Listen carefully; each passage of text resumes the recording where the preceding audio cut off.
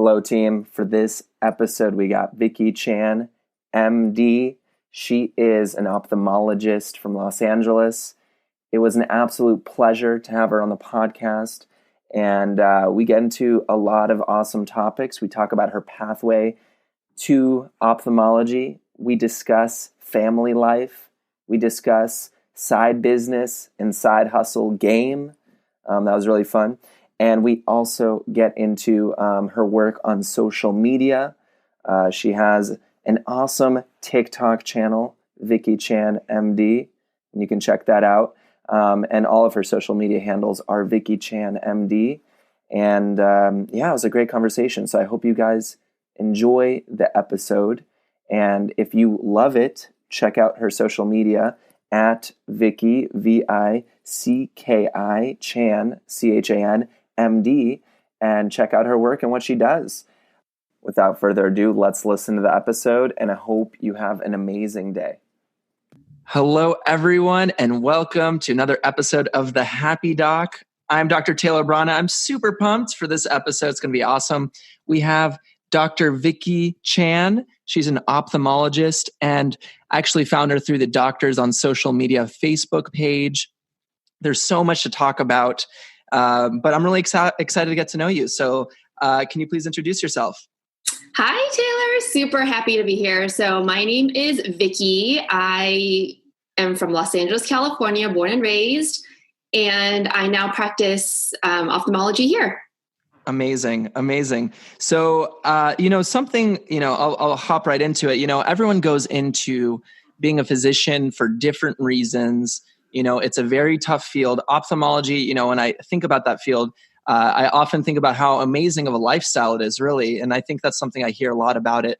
But what got you excited in the healthcare direction? And then what made you decide ophthalmology? You know what? I guess you call it boring, but I always knew I wanted to be a doctor. I think the majority of the reason is because my father's a physician. Mm-hmm. And so I just always had that in my mind. Yeah. Obviously I look up to my father. I knew he was helping people. He's an anesthesiologist. I knew he would go into the hospital every day early in the morning, come home late at night. He would get paged all the time because people needed him, right? Yeah. They needed his help. He's an amazing doctor. Surgeons really loved him. And so he was always requested. So I really, admired that. And I wanted to follow in his footsteps. I wanted to help people. I wanted to help.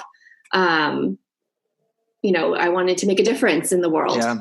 And I never swayed. I was always, even when I was little, that was my path. And you talk about your dad and you got to see, him work and all that stuff. Did you ever get that opportunity even early on to see him make that difference? Was there a story or a moment you're like, wow, that's amazing? I don't remember any a patient specifically because it's hard, in anesthesia, they're all in the OR. You can't, as a kid, you can't go into the OR, right? I mean, I do remember hanging out in the surgical lounge. That's true. That's true. Eating crackers and stuff. Yeah. But I think it was always just that thought that, he was very busy and he'd always get paged away. Just that idea that he was rushing to help somebody, or people needed him or people wanted him there. Yeah. Being a hero or something. Yeah. Kind of like that. Yeah.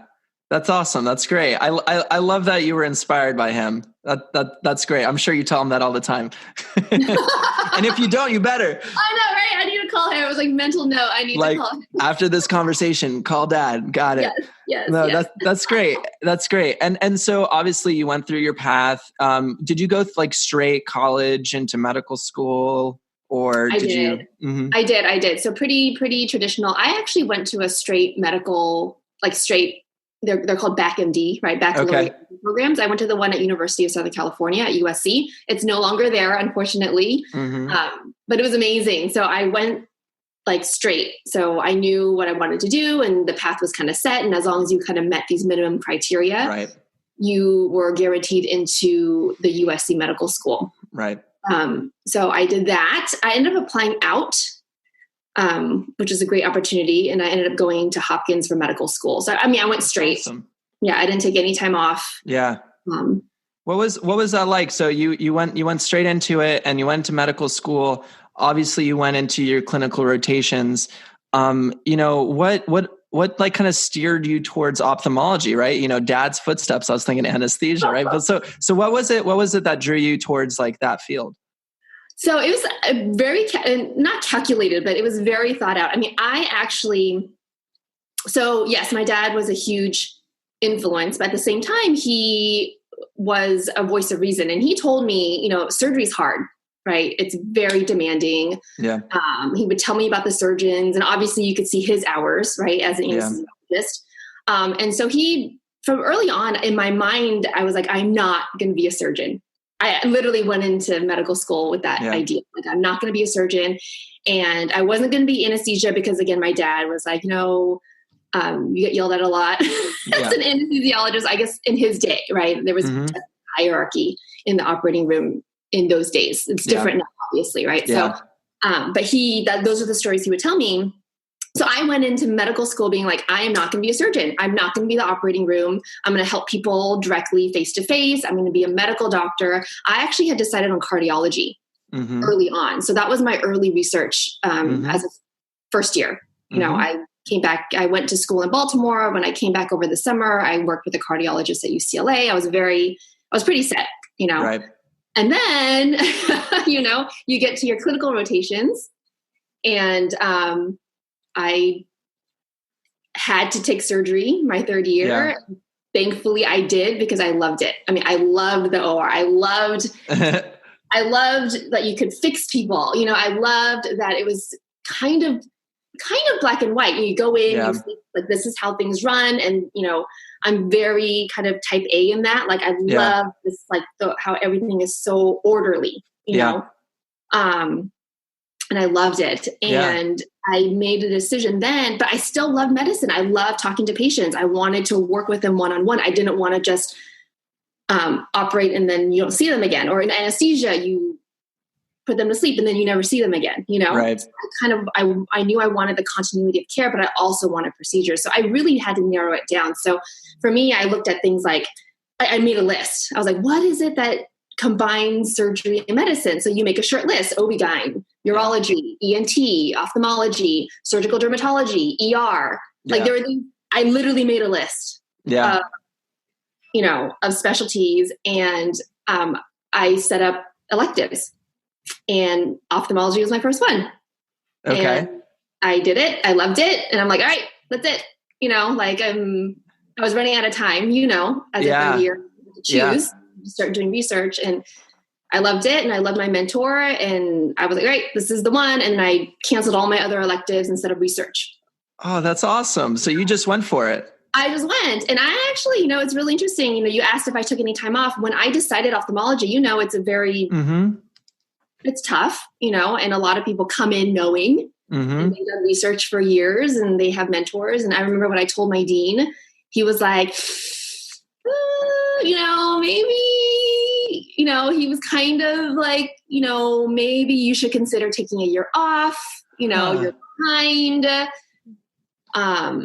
And I'm like, heck no. I'm going for it. I knew you were going to say that. You're like, screw that. I'm going to go for it. If I don't match, I don't match, right? If I don't match, I'll take it off anyways, right? Yeah. Like, might as well go for it. And, and I ended up matching at my first choice. And thank goodness I didn't take a year off, in hindsight. But that's amazing. That's amazing. And how long have you been practicing for now? Oh my gosh. Okay. So I graduated in 2011. Finished my residency, my fellowship in 2011. So almost 10 years. That's amazing. That's amazing. And so do you ever like look back, you're like, you made that list, you thought about it. Do you ever look back and say like, maybe I should have done? Nope. Nope. That's amazing. That's amazing. What do you love about your work? I love for all the things that I chose it for. I love that you get the patient one-on-one patient care. This morning I spent the day in clinic, so I get to talk with patients and get to know them and help them. like one-on-one, right? Yes, I only have 15 minutes, but that's great.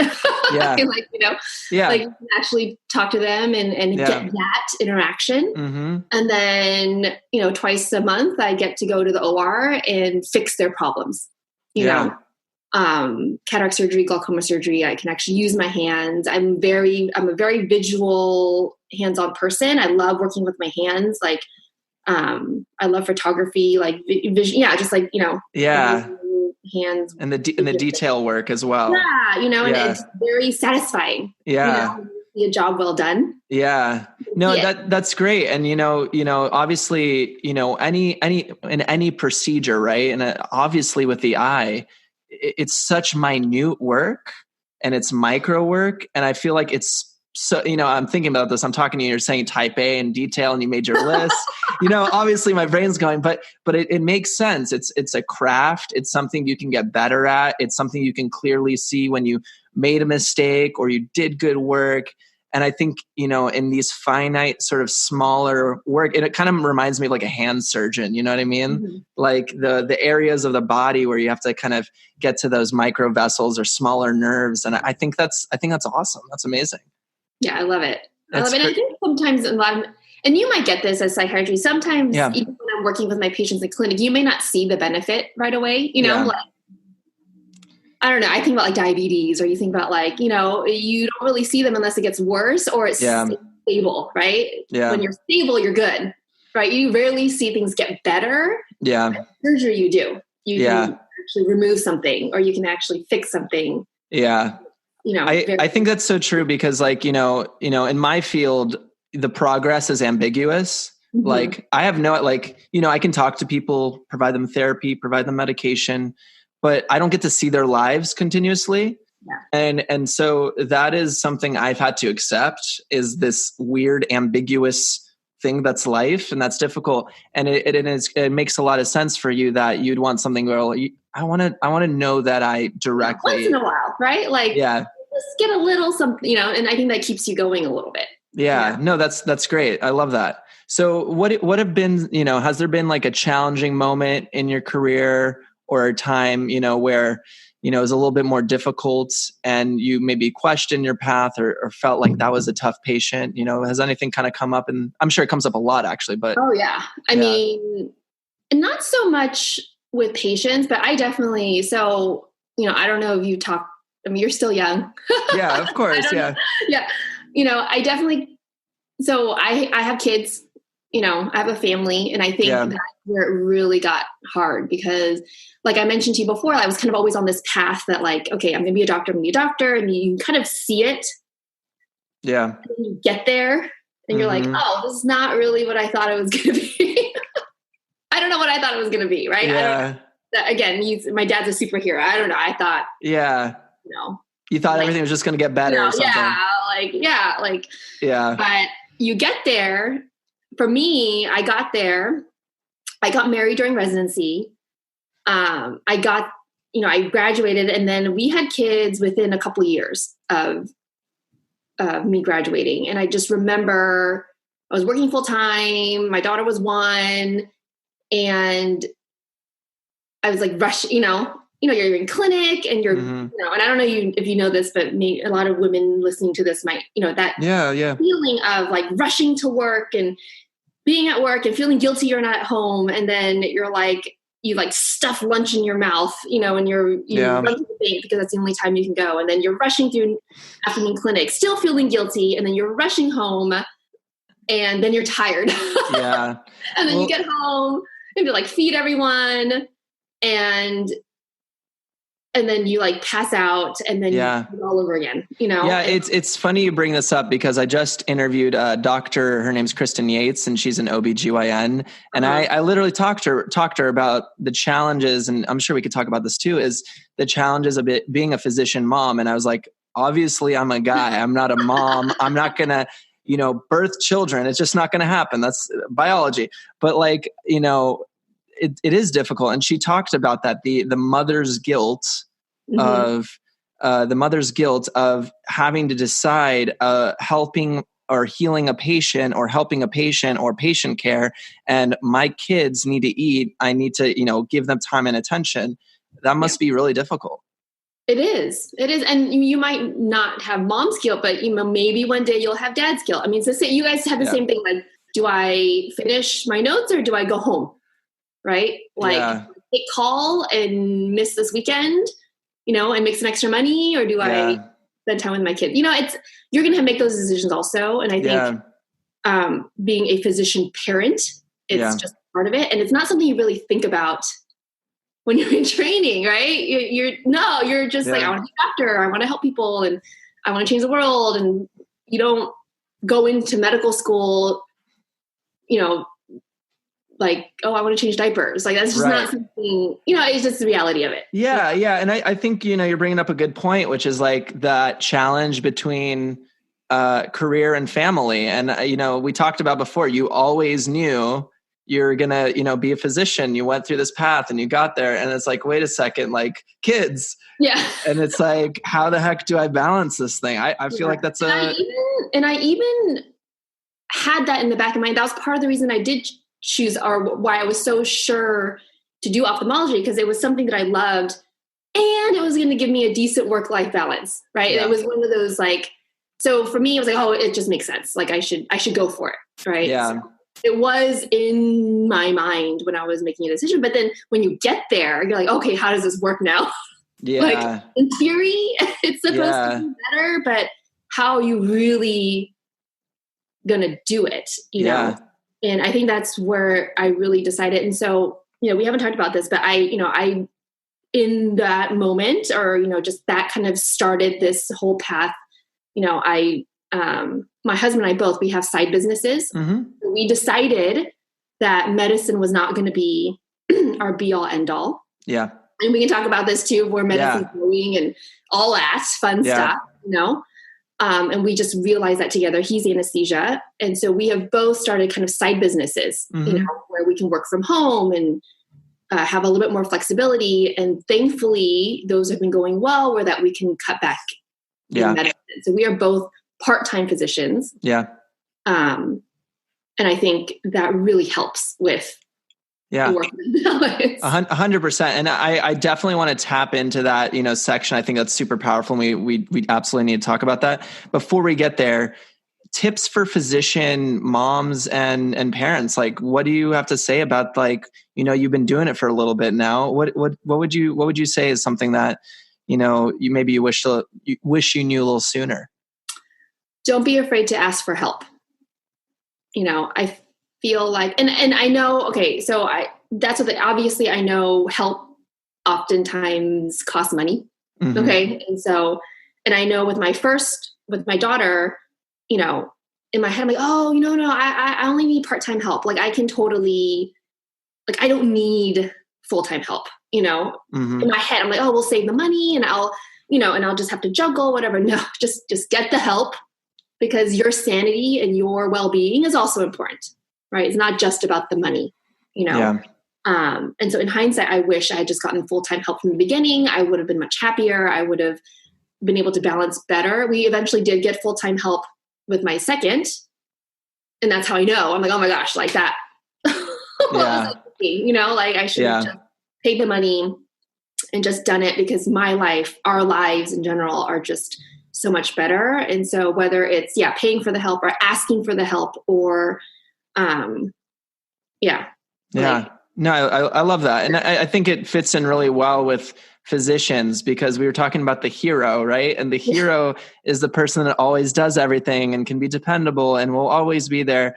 And I think, as physicians, we definitely have that part to us, but, especially with the topic of burnout, it's like, it is important to realize we're not heroes. We're humans that wear capes sometimes, right? Or we wear our white coats. And it is important to realize and kind of draw those boundaries of what, how much energy we can actually give. So I love that tip. And again, not a mom, but I mean, that's applied to, me as a future parent, and to anyone who's listening that, has that opportunity to be there. I want to dive in. Oh, were you gonna? Yeah, no. So, I mean, I think you keep on saying that, oh, I don't have a role, or it's not me. No, it's totally you. And I think part of it too, No, it is. Yeah. Because my husband, I think the best thing my husband has done for me is he makes it okay, you know? Like I know a lot of moms, and you don't even have to be a physician mom. There's guilt there. Like, oh, I'm not, I have help, and you feel a little bit guilty for it. My husband has never made me feel guilty. He's always been like, no, like you should go work out.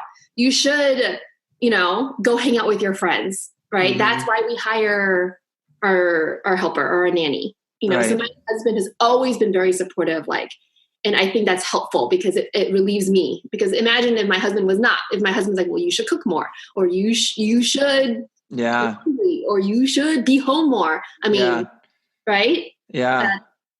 So that support. Yeah. Giving you that support and allowing you to do what you need to do. Yes. Yeah. That's powerful. No, that's good for me to know. Yes, I love that. I love that. That's great. Thank you. Thank you for the tips. Appreciate it. No, that's great. And it kind of makes sense too, because, you have an ambitious family, right? You're telling me you're a double physician household, right? And you have the side hustles. I want to dig into that. Like, obviously, it's already a lot to take on being a doctor. It's even more difficult, but honestly, for me, I can speak for myself. It's been more exciting and energetic to do this type of extracurricular work. What did you dig into? How did you get inspired to take that next step for you?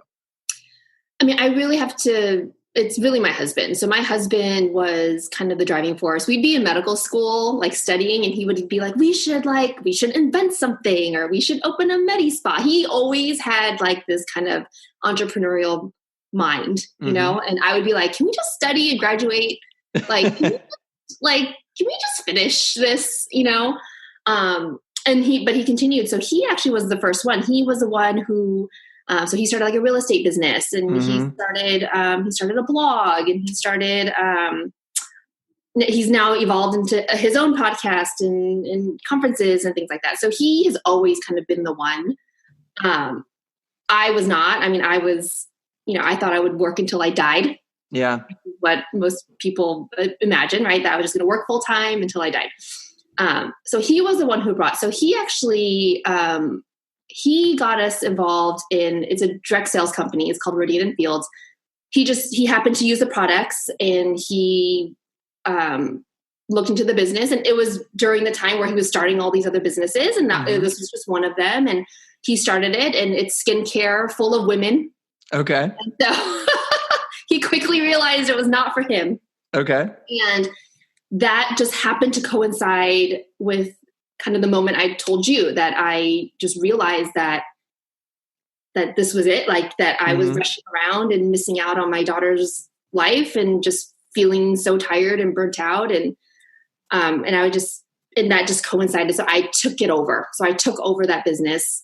So I have built that kind of direct marketing business to the point where it makes a decent income. So that's my business. Yeah. And then he has his businesses, and together we have various investments, a restaurant and a wedding dress company. And we recently just looked into a glasses company. I mean, so we're kind of all over the place, but it's great though.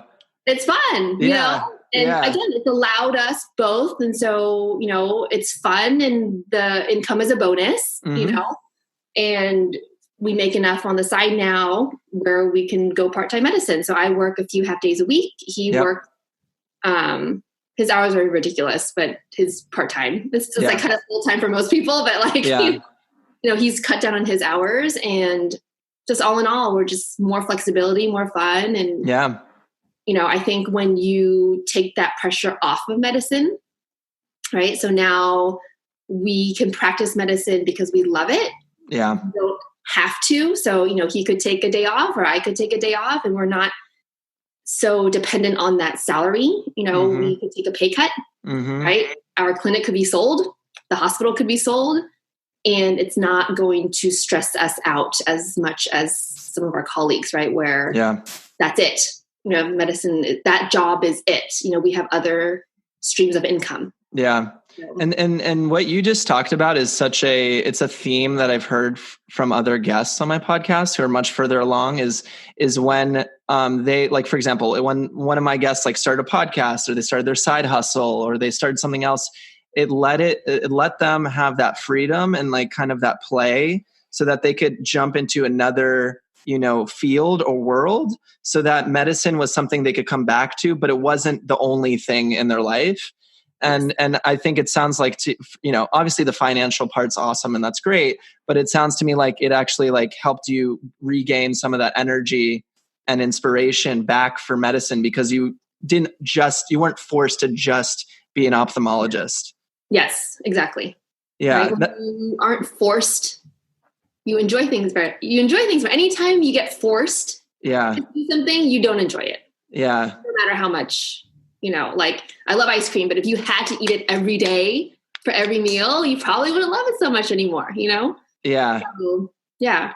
No, that's great. I love it. I love that you guys, it sounds like you're, even when you're talking about, it sounds like it's fun for you. Like it's like something you can play around with, look at different stuff. You're talking about the glasses business and dresses. And I think that's so cool that, you have those different areas you can kind of explore. That's awesome. Yes. That's great. So something I noticed, talking about social media, we'll get into this. You have some pretty strong TikTok game.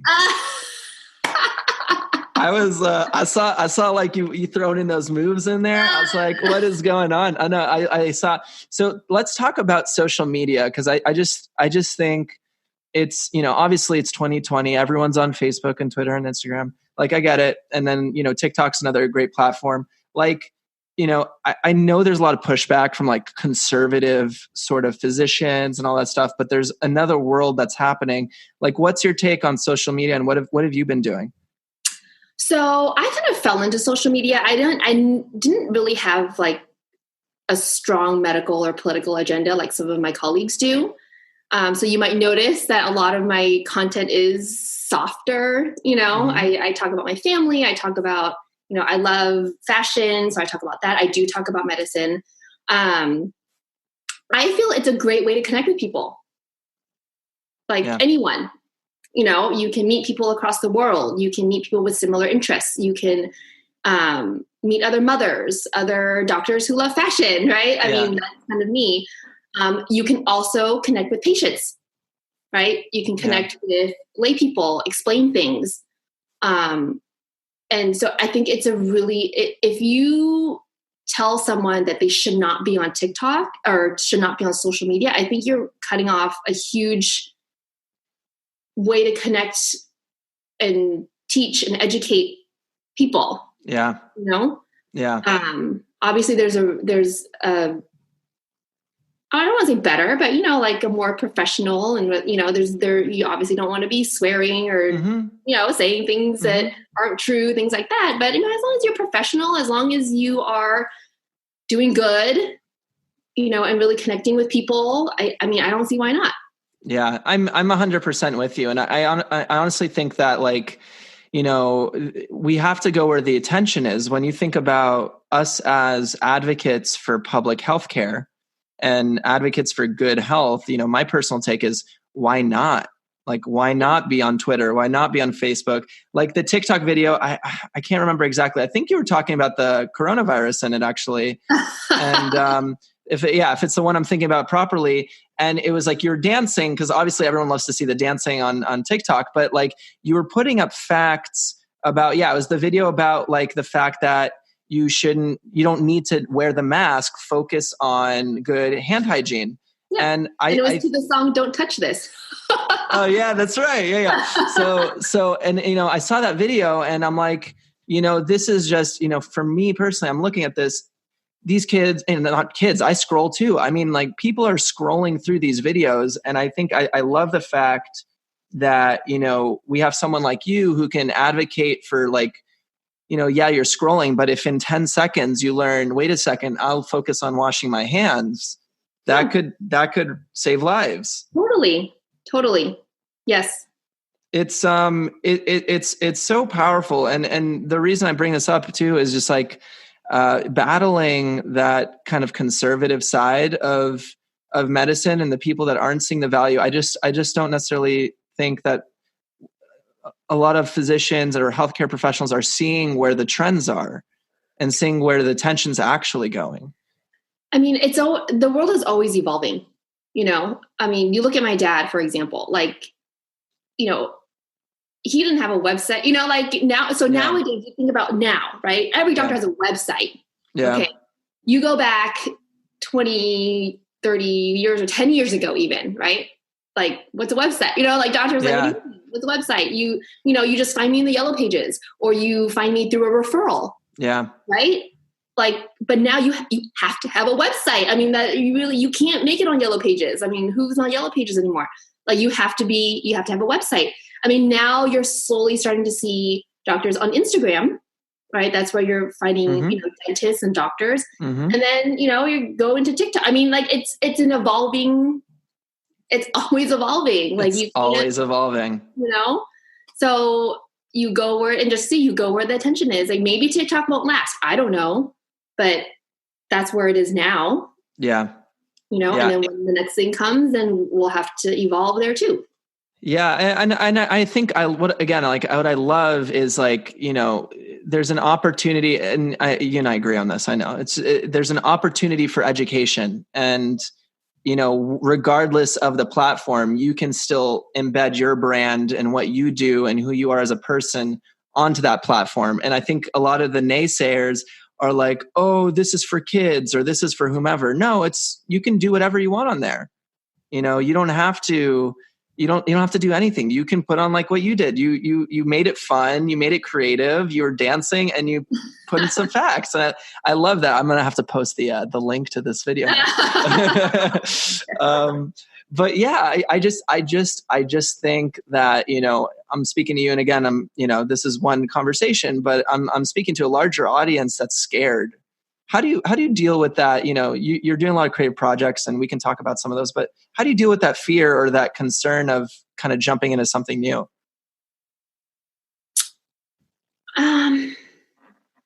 So I'm talking to someone who maybe wants to go into social media and is afraid. Yeah.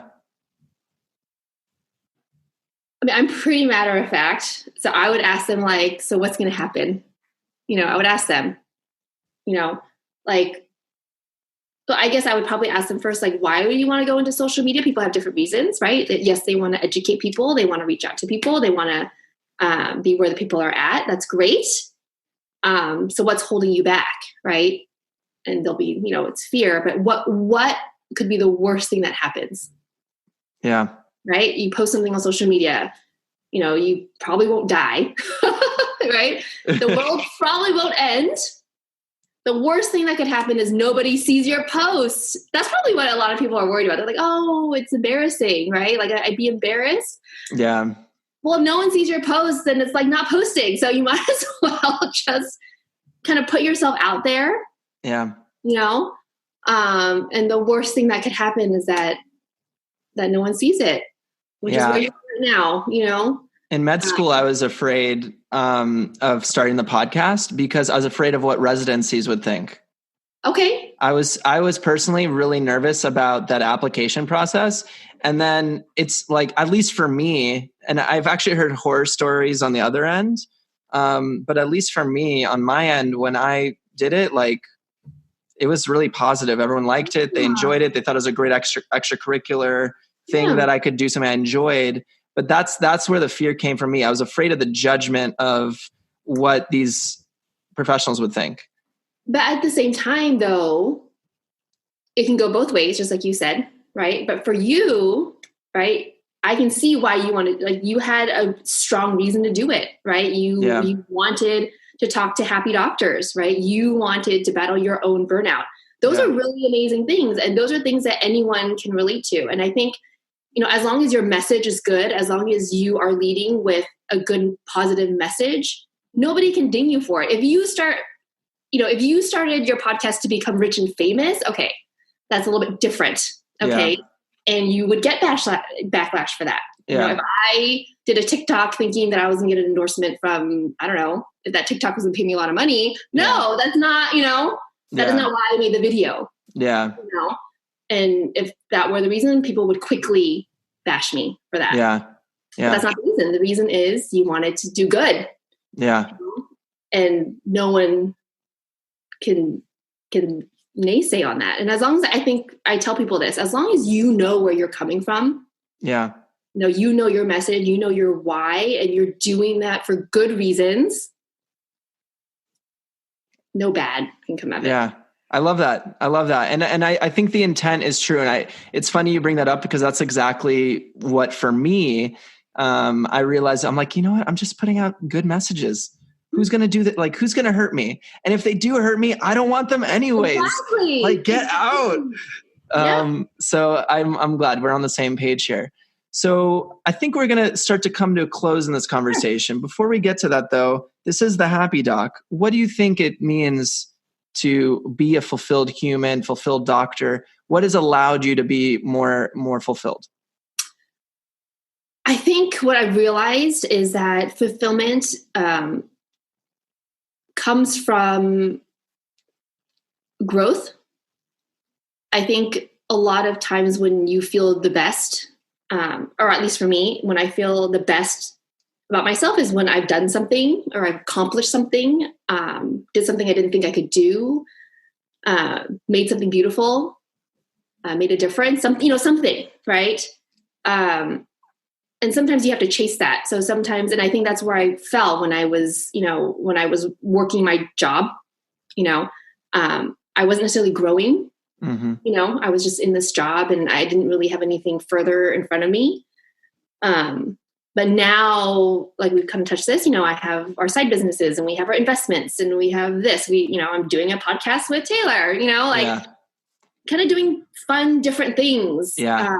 Keeps, and then when this comes out, I'll be proud again. It's going to be, I think that is what fulfillment is about. It's about pushing yourself and reaching and going and growing and, and not stopping. Mm-hmm. I think as soon as you settle and you stop, then you stop growing. There's that quote, if you're not growing, you're dying. Yeah. Yeah. And sometimes you have to go for it. Sometimes it's not comfortable, but I really do think that's the key, at least for us. I love that. That was amazing. Well, we're going to cut it there. No, that was awesome. I love that. That was, that definitely rings true for me. And I definitely feel like, when you feel stagnant, you feel like things aren't moving, you feel uncomfortable, you feel stuck. That's when you don't feel so good inside. You're not very proud about yourself. So I think that's definitely true. What is something, maybe we hit it already, but what is something you wish that we had already touched on? Is there any topic or project or something you wish that maybe we brought up during this conversation? No, I think we hit you're a very good interviewer. I think we hit everything. Okay. All right. I'm going to take the compliment. I'm good with that. No, that's great. So I'm glad we kind of hit those pieces. And final question, how do people reach out to you? How do people find you? So I'm all over social media. So you mentioned, so I'm on Facebook. So Vicki Chan Kim. I'm on Instagram. So Vicki Chan MD. And that is also my TikTok handle. And I do look at my messages. So feel free to swing by and leave a message or a comment or check out my dancing. Awesome. Hey, it was pretty good. I was impressed. Thank you. And then just to close out, is there any way we can support you? Is there anything that we can do to help you? Oh, man. I think just at this point, checking out my social media, nowadays, and I hate to say it, it's, views and likes is what really bumps your message, right? Mm-hmm. The more someone watches that coronavirus video, the more it's going to get pushed out to other people. Yeah. That's the reality, It's very true. So that's probably the best way. Awesome. Well, if you enjoyed this conversation, check out, Dr. Vicki's wonderful social media. Again, awesome dance skills. Loved it. And I really had a fun time recording this episode with you. It was an absolute pleasure for you to spend your time on the Happy Doc podcast. I say this a lot, but time is definitely, one of the most precious commodities that we really have. And you've given me your time today. So thank you. Well, that's the episode for today with Dr. Vicki Chan. If you enjoyed it, please leave a 5-star review on iTunes. It's one of the best ways to support us. And please share this with a friend and/or subscribe. I hope you have an awesome day.